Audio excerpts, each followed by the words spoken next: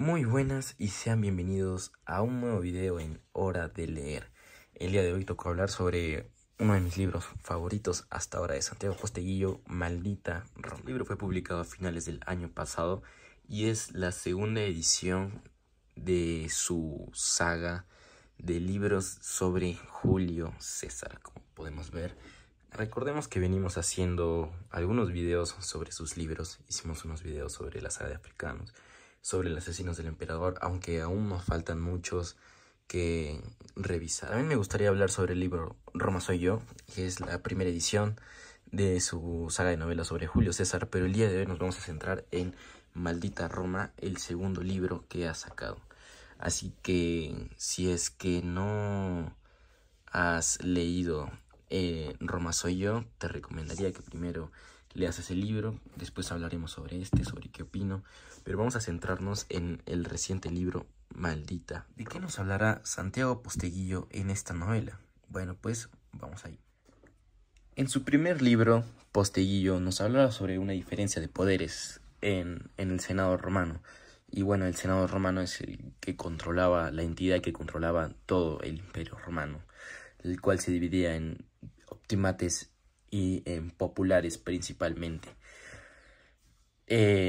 Julio César, en su primera novela, en la primera novela de Posteguillo, pues se presenta como un joven abogado que participa en algunos juicios y contra unos senadores optimates porque él era de la causa popular. En este libro, Maldita Roma, se nos presenta un César mucho más maduro, ya que no se centra en sus primeros años de vida, sino que se centra en sus años de vida a partir de los 24 años aproximadamente, y sobre todo sobre su ascenso en la política. Como es costumbre, ahora procederé a narrarles un poco sobre de qué va esta novela, sobre la trama. Bueno, pues Julio César es rápidamente exiliado en los inicios de este libro y es obligado a ir hasta las fronteras del imperio, específicamente a una isla oriental, a las islas orientales. Él quería ir a Macedonia para educarse sobre su nivel de oratoria. Mientras va, es capturado por unos piratas. Los piratas en aquella época eran muy dominantes, muy peligrosos en todo el Mediterráneo, por lo que César es obligado a pagarles una cantidad exorbitante.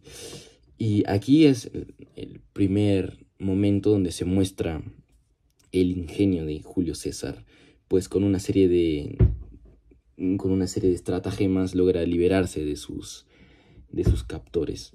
Lo interesante del autor Posteguillo, como ya hemos visto en otros libros, es que él tiene mucha habilidad para dimensionar sus obras en distintos panoramas, ¿sí?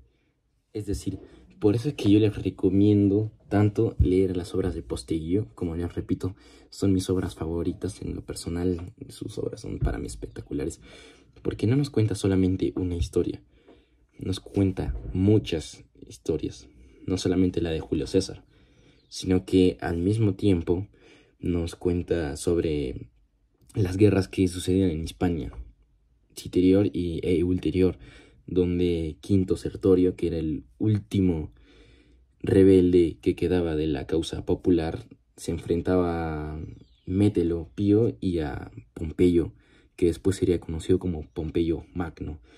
Entonces, el hecho de que nos narre no solamente la vida de Julio César, sino al mismo tiempo todo el entorno de la época, es decir, los mismos sucesos e incluso victorias de sus rivales posteriores como Pompeyo, hacen que sea totalmente espectacular, porque no solamente lo entiendes a él como personaje, sino a todo su globo alrededor. Seguidamente, Julio César logra llegar hasta Roma de nuevo, después de ser exiliado, debido a la rebelión de Espartaco, donde necesitaban incluso a líderes de la causa popular como era Julio César, y por lo que fue exiliado anteriormente.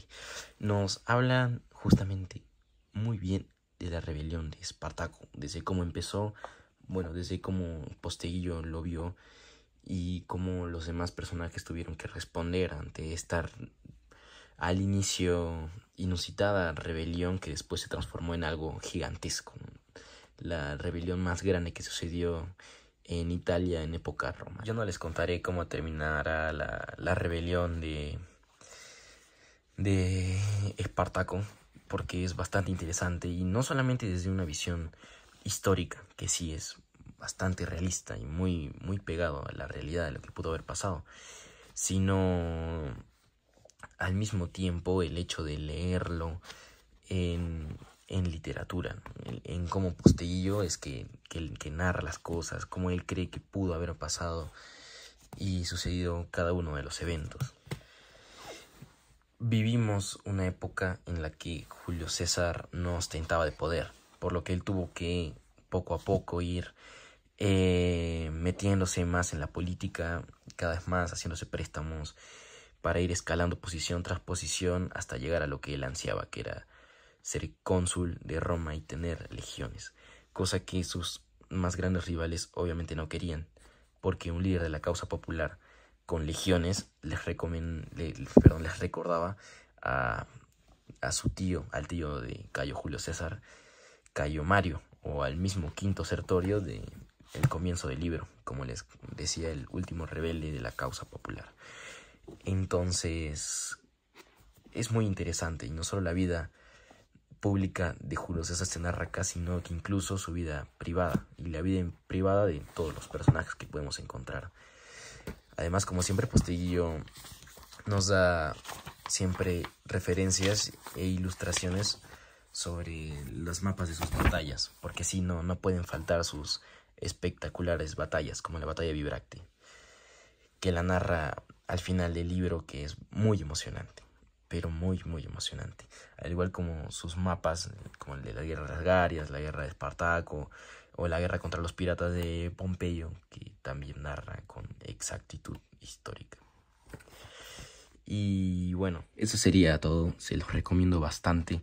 Y como les decía, no solamente a la gente que le gusta la historia, sino que al público en general es una novela que les va a atraer muchísimo.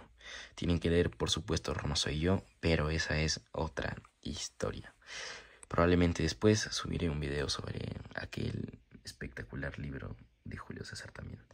Muchas gracias y espero les haya gustado. Nos vemos en un próximo video en Hora de Leer.